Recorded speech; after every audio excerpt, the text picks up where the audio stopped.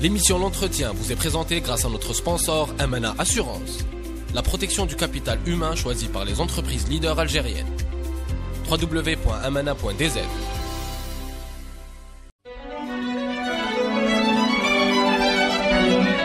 Pour bien s'entendre, il faut bien s'écouter. Rendez-vous sur M, la petite radio du Grand Maghreb. Amis auditeurs, bonjour. L'entretien a le plaisir d'accueillir aujourd'hui M. Ali Belkhiri, le docteur Ali Belkhiri, commissaire du Carrefour de l'Emploi. Monsieur Ali Belkhiri, bonjour. Bonjour et merci pour l'invitation. Merci d'être parmi nous à Radio M. Nous avons fait le point l'année dernière sur le salon qui devait se tenir. Donc au mois d'avril, on en avait parlé en avant. Le Carrefour de l'Emploi, il s'est passé des choses en 2018 pour la 12e édition du Carrefour de l'Emploi, la 5e du salon de la formation. Délocalisation, vous n'êtes pas au même endroit, fusion de 2 salons et changement de date. Expliquez-nous ces changements. Très bien, merci. Ben oui, c'est des changements logiques, disons, qui sont faits donc, de manière objective et de manière surtout pour répondre aux besoins des différents participants à ces 2 salons. Donc l'année passée, effectivement, nous avons tenu le salon du recrutement en avril et le salon de la formation donc, en février. Cette année, nous avons décidé déjà de les regrouper.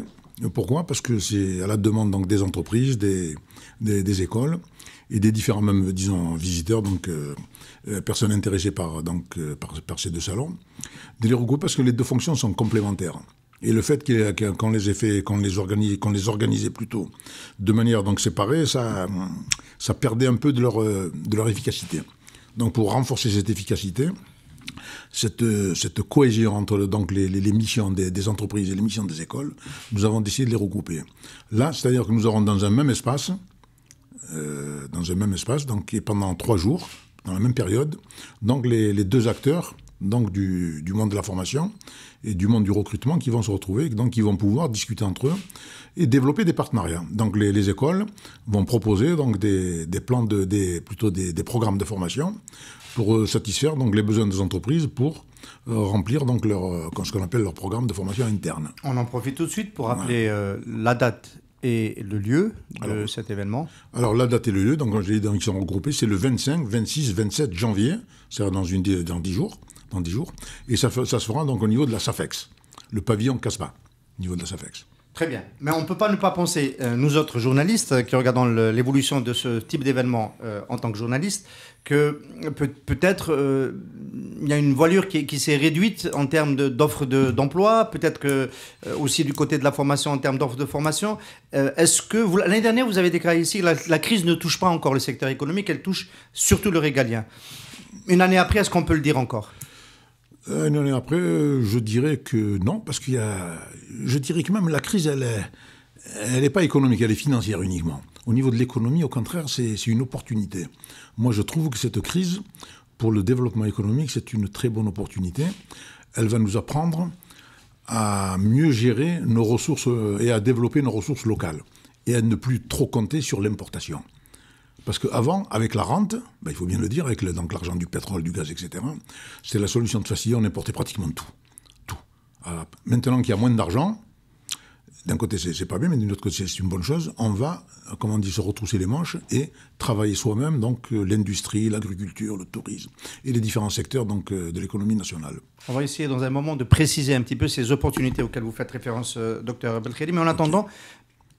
En 2017, est-ce que vous avez ressenti ce virage déjà dans votre salon, parce qu'on n'a pas eu le temps de le débriefer, on vous avait vu avant, la qualité des exposants, les rencontres. Vous revendiquiez pour les éditions précédentes, on rappelle que c'était l'année dernière la 11e édition, pour les éditions d'avant, au moins la 10e, jusqu'à...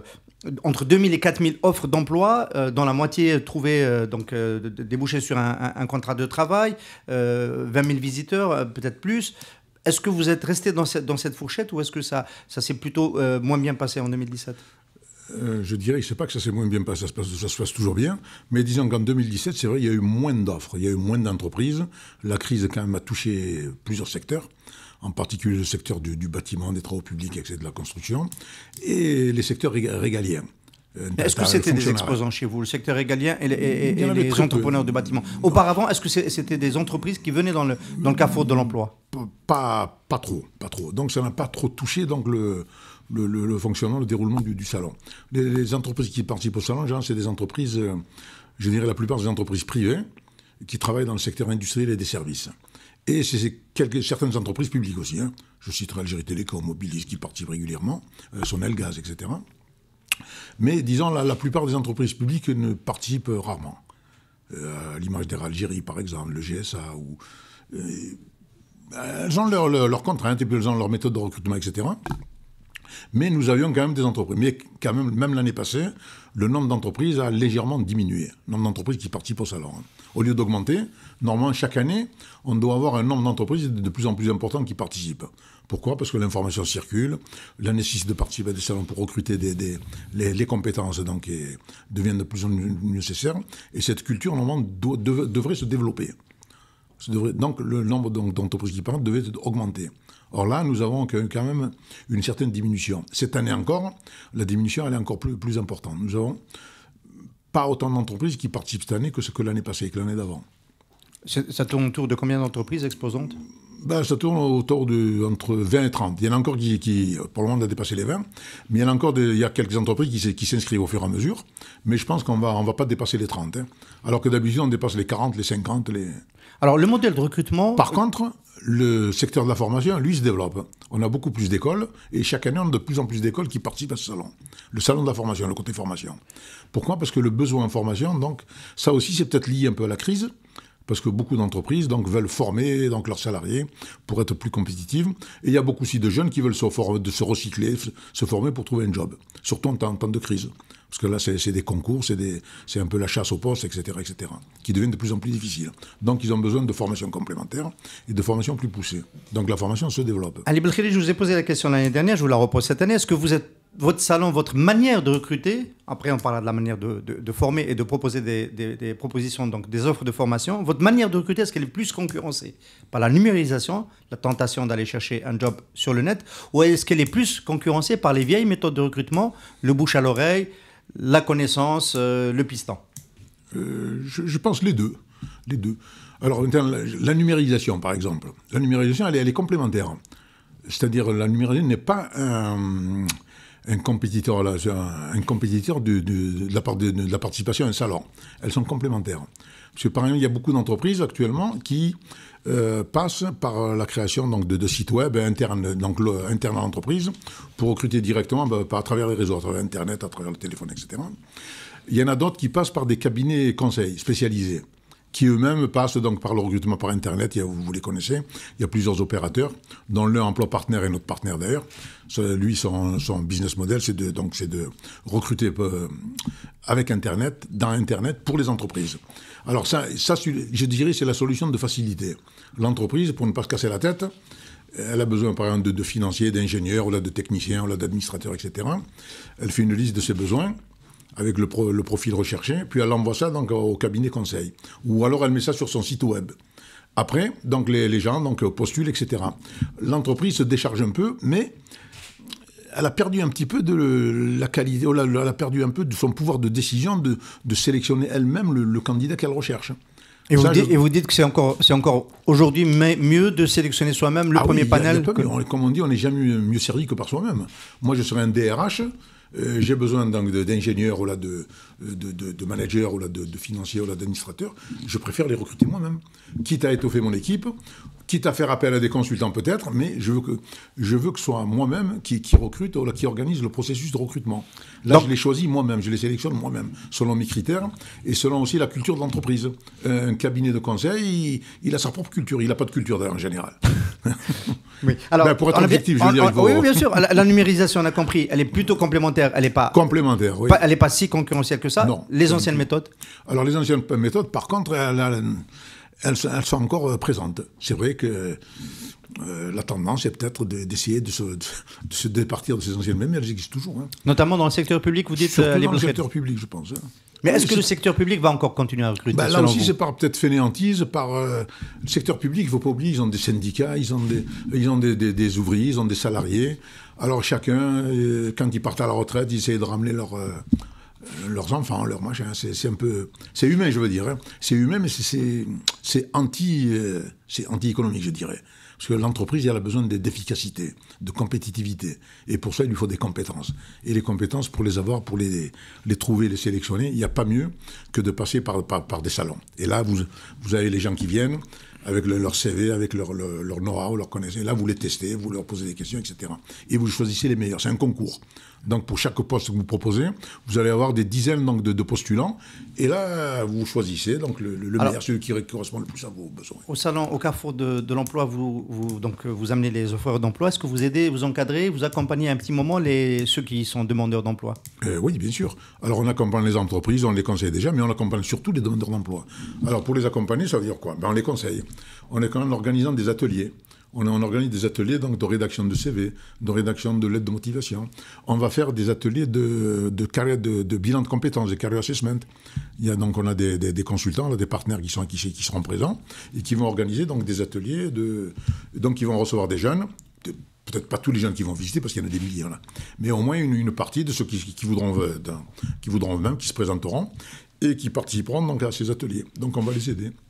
Leur montrer comment rédiger. Et ça reste important aujourd'hui de bien rédiger un CV, de bien se tenir dans un entretien d'embauche. Alors ça reste important. Ça aussi, c'est une innovation. Cette année, nous allons avoir des ateliers, ou là, des entreprises qui participent au salon et qui vont organiser des recrutements donc, numériques directement. Alors là, on va demander à la personne de ne pas ramener son CV. Il va rédiger lui-même son CV sur place. Et les informations, les données vont aller directement dans une base de données de l'entreprise. En fait, c'est une manière de faire aussi un bilan de compétences. C'est une manière de faire un bilan de compétences. C'est une manière aussi de contrôler que c'est la personne elle-même qui conçoit et qui rédige, qui construit son CV. Parce que souvent, dans la plupart des cas, je dirais pas la plupart, dans beaucoup de cas, les gens viennent avec des CV qu'eux-mêmes n'ont pas rédigés, qui sont rédigés par des gens compétents peut-être, alors que même pas, ils ne savent même pas écrire des fois. D'ailleurs, souvent, il arrive avec un très beau CV, vous le voyez, il est beau, il est bien. Et quand vous l'interrogez, vous voyez, il ne sait même pas parler, ni en arabe, ni en français, ni en kabyle, ni en anglais, etc. Donc il n'y a pas mieux. Là, ce sera directement la rédaction par la personne elle-même. Alors, Ali Belkhiri, vous dites que la crise, elle est plus dans les têtes. Elle tâterait à cheminer un petit peu dans la réalité économique. Mais en même temps, il y a des opportunités, notamment à cause de la baisse des importations et de la politique de substitution aux importations avec l'assemblage. Vous êtes bien placé pour nous dire qui, selon vous, va recruter en 2018 ? Effectivement, donc il y a des secteurs, comme je vous l'ai dit, donc c'est une opportunité. La crise, c'est vrai, elle est là, elle existe. Hein. C'est vrai qu'elle est un peu dans la tête pour certaines entreprises, mais elle est réelle. Elle est réelle parce que ça a été jusqu'à maintenant le modèle de développement économique du pays, qui était basé surtout sur les ressources tirées des hydrocarbures. Là, il y a eu un nouveau plan, un nouveau business model qui a été mis en place il y a 2 ans à peu près, qui est en train d'être mis en place lentement, mais je dirais sûrement. C'est une bonne chose. Il y a aussi certaines mesures qui ont été prises dans ce sens dernièrement par le gouvernement, qui sont très bonnes, qui sont positives. C'est la limitation des importations, et suppression même pour certains, qui sont fabriqués localement ou bien qui seront fabriqués. Là aussi, c'est une opportunité donc pour les entreprises locales qui existent déjà et pour celles qui n'existent pas, donc de saisir un peu ces idées et de créer des entreprises. Donc le fait d'arrêter les importations, de les réduire, ça va entraîner donc le développement des entreprises. Et qui dit développement, donc ça va exiger d'elles qu'elles forment leur personnel, donc formation. Ça va obliger aussi d'elles qu'elles recrutent de nouvelles compétences qu'elles n'avaient pas pour développer ces nouvelles activités. Donc ça va booster le secteur du recrutement et le secteur de la formation. On peut imaginer que c'est le cas pour l'assemblage automobile. Est-ce que des entreprises comme TMC ou Sovac sont clients du salon ? Voilà, non, ces entreprises ne sont pas clientes pour le moment, mais je dirais qu'il y a certains secteurs effectivement qui ne sont pas concernés par là. Au contraire, le montage automobile, c'est une bonne opportunité. Donc ils ont lancé des usines, des usines surtout à l'ouest. Donc ils vont faire de l'assemblage. Puis après, avec l'intégration progressive, ils vont fabriquer. Pour le moment, je pense qu'ils ne fabriquent rien du tout. Ils font de l'assemblage. Mais ça va venir. Il y a toujours un début à tout. Hein. Parce que pour faire de la fabrication, passer outre l'assemblage, il faut fabriquer soi-même, donc il faut sous-traiter. Donc il faut installer tout un réseau de sous-traitants pour fabriquer les roues, pour fabriquer les parties, les pièces des moteurs, etc. Donc ça, je pense que c'est lancé, d'après ce que le gouvernement a décidé. Donc ça va se faire, je pense, dans 6 mois, dans 1 année, dans 2 ans. C'est une bonne chose. Puis il y a d'autres secteurs aussi qui sont... Il y a le tourisme. Là aussi, il y a une nouvelle, le fait qu'il y a moins d'argent qui rentre. Donc le gouvernement a été obligé de voir un peu les créneaux qui pourraient rapporter de l'argent, comme ça rapporte dans les pays voisins. Vous sentez qu'il y a un frémissement du côté du tourisme? Il y a un frémissement dans le sens qu'il y a des hôtels qui se créent quand même. On les voit aux journaux, ils se créent, ils s'installent, ici à Alger, à l'ouest, à l'est, un peu au sud. Mais il n'y a pas encore... la qualité de service, je dirais, elle ne suit pas. Donc ça passe aussi par la formation. Donc ça, il faut donc renforcer la formation dans le domaine de l'hôtellerie, de la restauration, etc., etc. Donc il y a beaucoup de choses à faire. Mais l'électronique est aussi un domaine... Il y a l'autre secteur, c'est l'électronique, effectivement. La fabrication, le montage, l'assemblage, les téléviseurs, les machines à laver, l'électroménager. Là aussi, ça se développe. Il y a des usines comme Condor, comme Brandt, comme Oxo, puis il y en a beaucoup d'autres. Je ne vais pas toutes les citer, il y en a beaucoup. Alors, il y a certaines entreprises qui participent au salon, comme Oxo, comme... Condor a participé l'année passée, cette année, je ne sais pas, peut-être qu'il va participer. Hein. C'est pas encore fait. C'est pas encore fait, voilà. Il y a le secteur automobile aussi, les conseillers comme Sova, comme Hyundai, etc. Peut-être qu'ils vont participer aussi, hein. C'est pas encore clôturé. Ça, je vous donnerai une réponse exacte le 25. Très vous bien. direz qui est présent ou non. Alors ça, c'est sur le front des offres d'emploi et des entreprises qui vont devoir recruter et qui sont en recherche de profils. Du côté de la formation, puisque vous jumelez les deux salons, quelles sont les offres présentes à votre événement? Au niveau de la formation, les dizaines d'écoles qui seront présentes offrent pratiquement des formations dans tous les domaines. Ça va du management, de l'informatique, de la gestion, jusqu'aux formations techniques, aux formations de services, etc.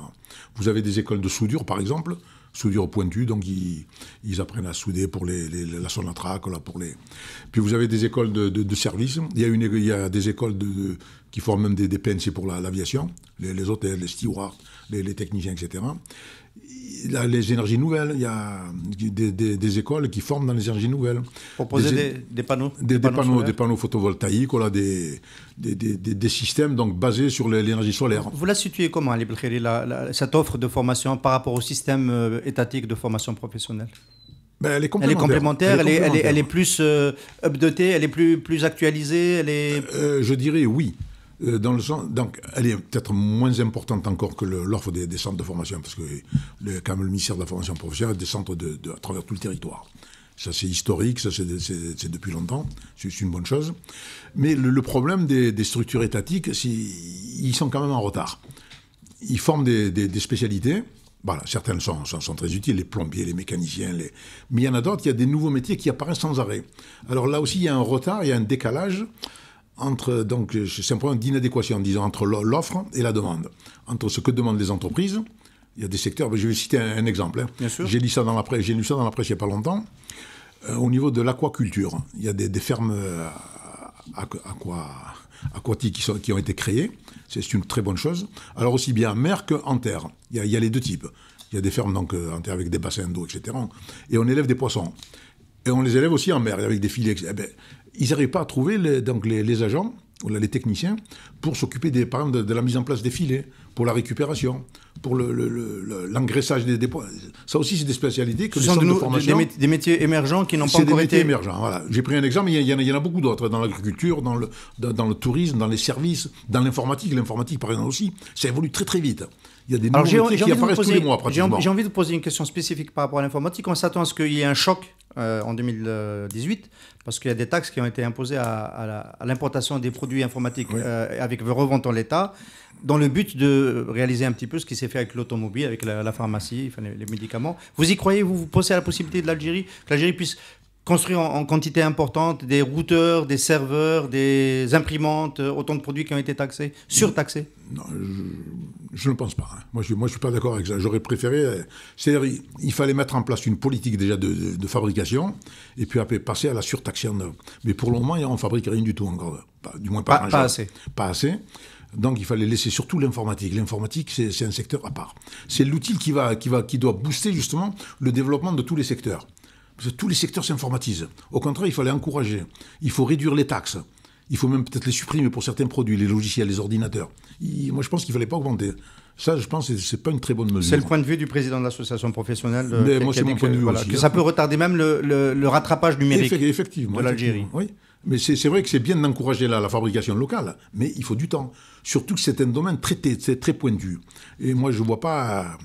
Je ne pense pas que notre pays a les capacités quand même de fabriquer les circuits intégrés. Même dans le monde, il n'y a que très peu de pays, par exemple, qui fabriquent les circuits intégrés. Hein. C'est les États-Unis, c'est le Japon, On fera de l'assemblage. Comment ? On fera de l'assemblage. Oui, de l'assemblage, mais l'assemblage, c'est pas très rentable encore. Donc, et puis même ça, il faut mettre un plan d'action, une politique, et ça prend des années. Donc il ne fallait pas taxer maintenant. Alors la bonne nouvelle, c'est que vous sentez quand même monter une demande de formation de plus en plus grande du côté des entreprises, et donc une possibilité pour les écoles de se développer et d'apporter les bonnes réponses RH aux recruteurs. Effectivement, oui. Le secteur de la formation se développe très vite et très bien. Et pour essayer de répondre déjà aux besoins des entreprises, pour leur plan de formation interne, mais aussi pour répondre aux besoins des jeunes. Il y a les entreprises, c'est vrai, c'est important, mais il y a aussi les jeunes qui viennent, qui veulent se former. Et il y a plein de jeunes qui veulent se former sur les nouvelles technologies, sur les nouvelles méthodes, les nouvelles procédures, les nouvelles techniques, etc. Alors c'est des jeunes qui ont déjà une formation, en général, et qui viennent, disons, pour parfaire leur formation. Moi, je pars du principe que quelqu'un qui a acquis une formation au niveau de l'université, ou bien d'un institut de formation professionnelle, dans son métier, par exemple la chimie ou l'électronique, etc., doit acquérir quand même certains outils qui sont nécessaires pour l'accomplissement de sa fonction au niveau de son métier, disons. Ces deux outils, c'est déjà les langues. Il faut qu'il maîtrise l'anglais, déjà l'anglais, en dehors des autres langues de travail. Voilà.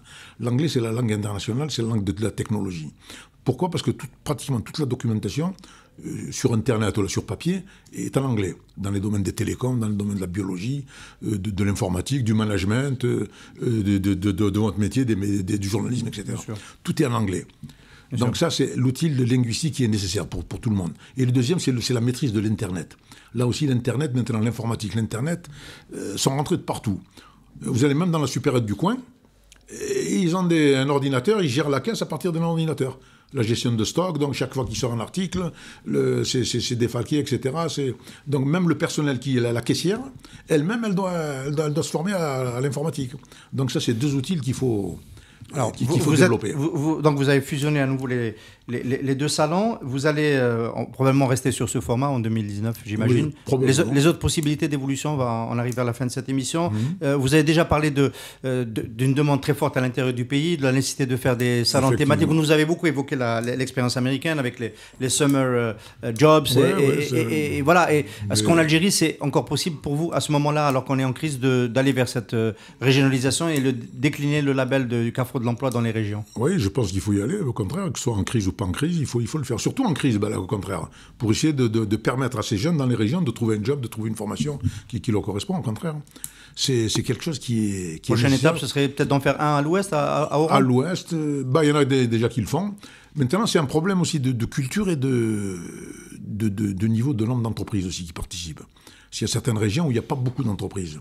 Le secteur n'est pas encore relativement développé. Mais il y a certaines régions qui y a un tissu qui se développe. À l'ouest, par exemple, pour l'automobile, pour la chimie, etc. L'est, il y a la région de Borges, de Sétif qui se développe. Probablement, on va organiser un salon là-bas. Puis il y a le sud aussi, avec toutes les entreprises donc pétrolières, gazières, etc. et autres. Et de l'économie et de l'énergie du renouvelable. Et l'énergie renouvelable aussi, qui est un métier qui demande beaucoup de formation et qui a une vraie perspective. Alors là aussi, pour les énergies nouvelles, là aussi, l'État doit s'impliquer. Pourquoi ? Parce qu'actuellement, le prix de l'électricité, au niveau de la Sonelgaz, il n'est pas cher, il est subventionné. C'est une bonne chose pour tout le monde, nous aussi, on en profite tous, à la maison, de partout. Mais je veux dire, ça ne permet pas de rentabiliser des installations de photovoltaïques, parce que les installations photovoltaïques coûtent quand même relativement cher. Et pour les rentabiliser, il faudrait que le prix de l'électricité, ou là, il faudrait que l'État, la Sonelgaz, donc s'implique pour essayer d'équilibrer un peu la différence de prix, pour encourager le développement de l'énergie donc photovoltaïque. Il y a eu une première augmentation de l'électricité en début 2016, et il n'est peut-être pas exclu qu'il y en ait une deuxième dans le courant de l'année 2018. C'est le ministre, M. Guitoun, de l'énergie qui l'a annoncé. Alors, dernier volet dans les possibilités de faire évoluer le Carrefour de l'emploi, 2007, 12e édition, vous êtes on va dire le pionnier sur ce segment-là. C'est cette convergence entre l'emploi et l'entrepreneuriat. Aujourd'hui, c'est beaucoup à la mode. On ne peut pas toujours se faire recruter, mais on peut créer son propre job. Il y a eu dernièrement un événement de Muqawil qui a drainé 5 ministres du gouvernement, organisé par Jil FM. On a reçu à ce plateau, il y a la semaine dernière, Mourad Wadahi qui en était le principal promoteur avec son équipe. Vous, qu'est-ce que vous pouvez ajouter dans votre offre de service avec Carrefour de l'Emploi pour pousser aussi les jeunes à réfléchir ainsi? Effectivement, donc l'entrepreneuriat aussi, c'est un élément très important du développement économique. Parce que l'entrepreneuriat permet de créer sa propre entreprise, et à travers la création d'entreprise, donc vous créez des emplois. Parce qu'au minimum, quand quelqu'un crée une entreprise, il y a déjà un emploi, c'est celui du créateur. Mais en général, lui-même va recruter d'autres collaborateurs, etc., etc. Donc ça, c'est un levier donc, de développement donc, des entreprises.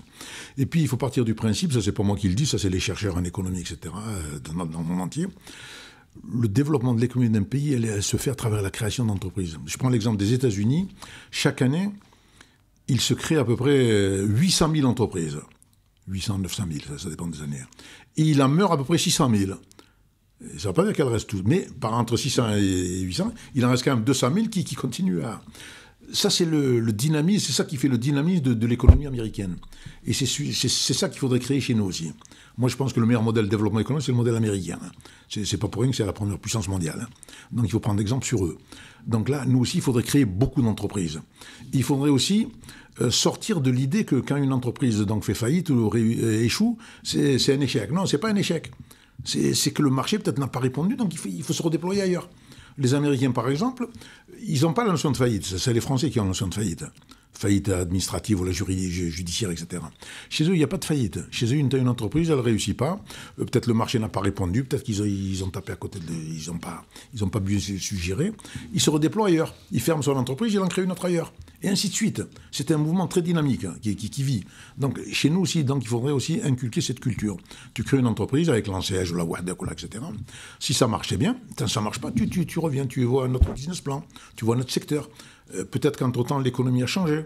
Par exemple, avec la limitation des importations, ce qui n'était pas rentable l'année passée, ben là, maintenant qu'il n'y a plus d'importation, c'est peut-être rentable. Parce qu'il n'y a plus la concurrence des produits étrangers, peut-être surtout chinois, et ainsi de suite. L'entrepreneuriat, c'est très important. Alors, l'entrepreneuriat aussi, c'est un des éléments principaux du salon. Alors, le salon que nous organisons, il va y avoir 3 espaces. Il y a l'espace, donc, formation, continue. Il y a l'espace donc recrutement des compétences et il y a l'espace, disons, création d'entreprise et information. Et donc atelier. Donc atelier, information, préparation, etc. Et il y a la problématique de l'accompagnement. Toute la problématique de l'accompagnement, surtout pour ceux qui veulent créer leur propre entreprise. Oui. Ça aussi, c'est très bien. Alors l'initiative qu'a pris donc Jil FM aussi, elle est très bien, nous l'encourageons. Parce qu'il faut, c'est pas un seul salon au niveau national qui doit prendre en charge. Il faut qu'on soit plusieurs dizaines. Je dirais même qu'il faudrait que chaque université, chaque grande école prenne en charge cette problématique de création, donc encourage des étudiants à créer leur propre entreprise, à chercher du travail pour certains, mais pour d'autres, ceux qui ont les capacités, qui ont le goût de la prise de risque, etc., de créer sa propre entreprise. Docteur Ali Belkhiri, vous restez optimiste? Moi, je suis toujours optimiste. Sinon, je ne ferai pas ce salon. Vous nous donnerez la recette, c'est très bien. Ça fait toujours plaisir de recevoir des gens comme vous. On peut rappeler les dates de votre événement? Alors, les 2 salons, donc salon formation et salon de recrutement, donc c'est le 25, 26, 27 janvier 2018, évidemment, au niveau de la SAFEX. Et Dr. je vous invite à venir nombreux, donc visiter les 2 salons. On y sera. Bien sûr qu'on y sera. Docteur Ali Belkhiri, merci beaucoup d'avoir été notre invité. C'est moi qui vous remercie pour votre invitation. L'émission L'Entretien vous est présentée grâce à notre sponsor Amana Assurance, la protection du capital humain choisie par les entreprises leaders algériennes. www.amana.dz.